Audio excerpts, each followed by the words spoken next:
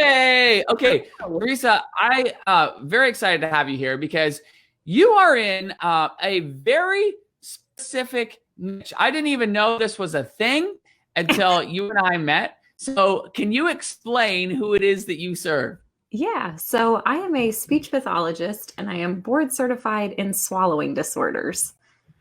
Okay, so I had no like this was I realized this was a thing. I didn't even know you could get certified in this thing, but kind of explain like this is a market, like there's a whole audience for this. Yeah. So speech pathology, some people you may have a child or somebody that gets speech therapy, but we work in the medical setting. So it's actually very relevant right now with what's going on in the world, unfortunately. But patients that are in the hospital that may have had strokes or brain injuries or coming off a ventilator, they have damaged vocal cords and they need help learning to swallow again.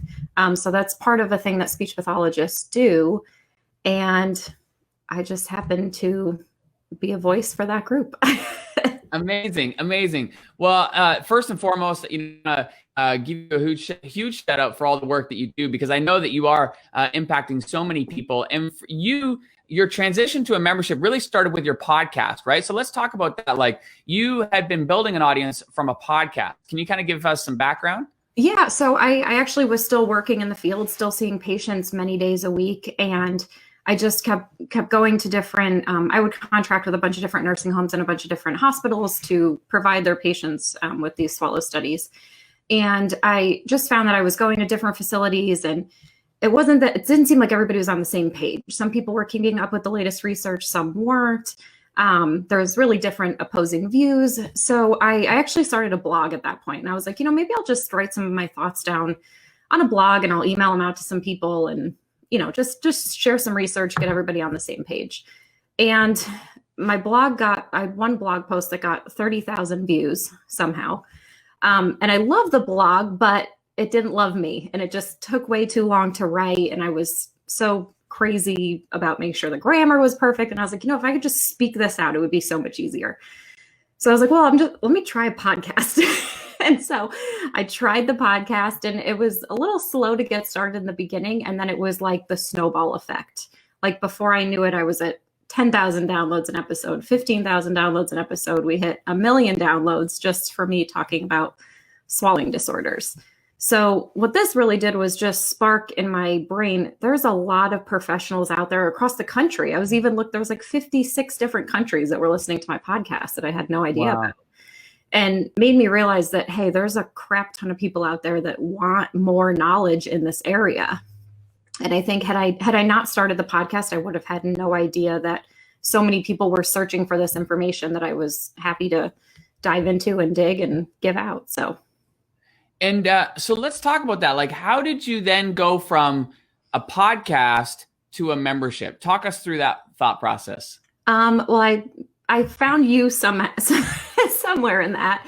And I think, just kind of listening to this, because what my podcast does is every episode, it's just a little bit of research, a little bit of information about a topic, and it's just enough for people to digest it and really use it, and I think there's a lot of big courses you can take. There's month-long courses, but sometimes it's just too much of a brain dump, and people just want a little bit of info at a time, use it, process it, use it with their patients, get to work. So when I had heard of the membership model, I'm like, you know what, that might actually be really good for my people, because if I could just give them a little bit of information every week, so everybody's okay to sit down and read a 1 or 2 page document a week. People have time to do that. People don't have time to consume tons and tons of content.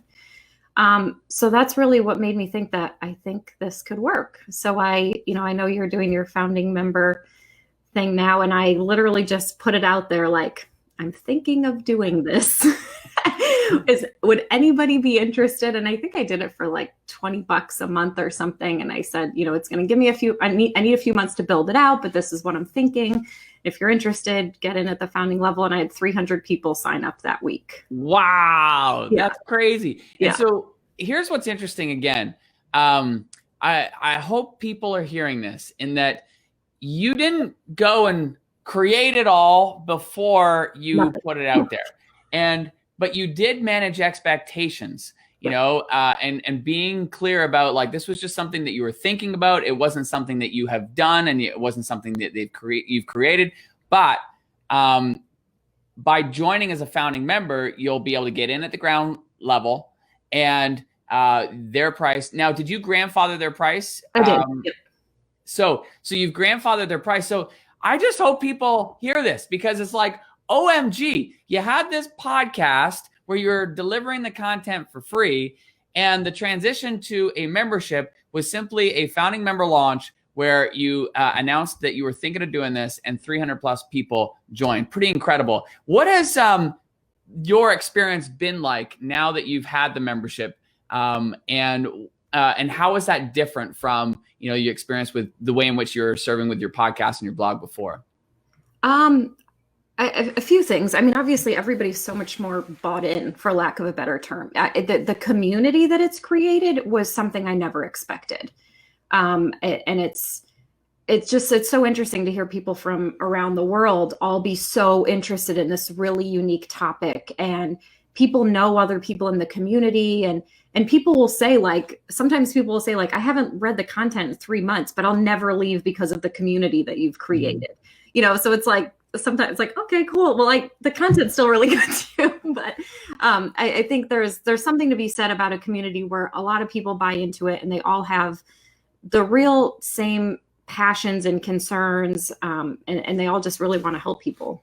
Yeah, it's interesting. I see a comment here from Willa, who is just saying that her son struggles with it, and she salutes you for what you do. And I can sense that, like, when, as you said, people are challenged by this the swallowing, they probably feel a sense of that real community, that they're not alone, and that they are able to bond around that commonality. Yeah. So what thoughts would you have for people who are thinking about a membership?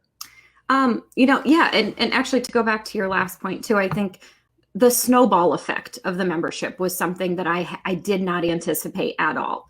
Like, I started with 300 members just in talking about it, and I have 4,700 now. Wow. And what I forget is that, like, every time we add more, it just compounds. Like, those people don't, like, some people will go away, but everybody stays, and then we add more, and then all those people stay, and then we add more. So it's the compounding effect was something I thought I was just going to build this group and we'd run with it. But yeah, the compounding effect and just what it's allowed me to do and just even pour back into the members is something that I'm just really, really grateful of. Girl, I had no idea it had grown that big. That is amazing. And I think it's a really important point, because, people hear me talk about the compound, like the membership is a compounding asset, but it really is, because this is why I'm so passionate about it. As entrepreneurs, like, we work so hard to, get what we have in front of an audience who we serve, to make a sale. And then 99% of businesses hit the reset button every single month and have to go and do that all over again. And it's exhausting, just like we heard Jason talk about. But with a membership, your sales compound. So simple math is 100 members in month number 1. Simple math is that we start month 2 with 100 members. Yes, we're going to lose a couple, but we're not starting from zero. And that's what I'm hearing you say, and just how important that is, especially as business owners, because it gives that level of certainty and stability in the business that we cannot get anywhere else. Yeah, it's such a stress relief. Like not that I don't know, not that I ever really lived a like launch feast famine cycle. I never did that, but I always was concerned, sure, we could lose tons of members and the whole thing could just evaporate, but it hasn't. It just continues to grow, and the members continue to talk about it and continue to bring more members in. And we've just been able to do we've just added so many cool features to it. And I can give so much back to the members now because it has grown so much bigger. And so just to be able to have the freedom to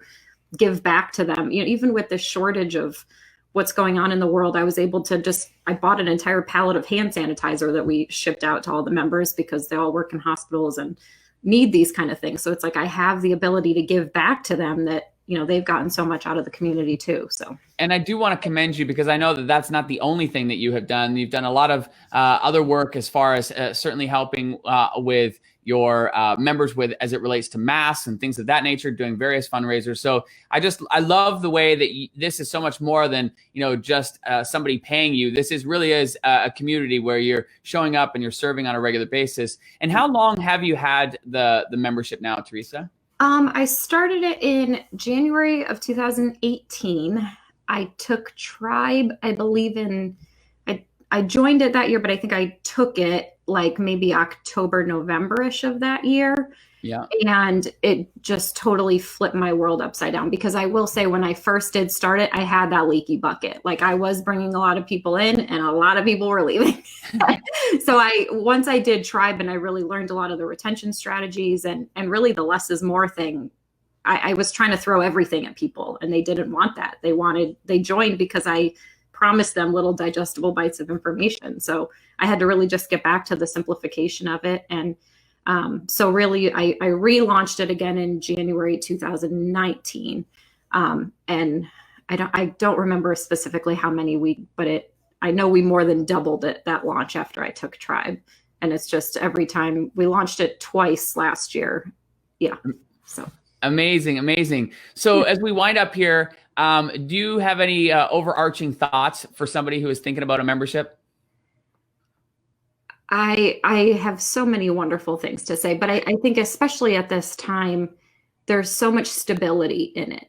And like we talked about, and I think I think people try to market to the masses. Like, I want to sell, I don't know, I'm trying to just think of something broad, but there's so much to be said about getting a small group of people that really are passionate about really specific things and go really deep with them. And I think that's what's made my community so successful. Amazing. Buddy, thank you so much. I appreciate you and coming by and sharing your story. Yeah, thank you.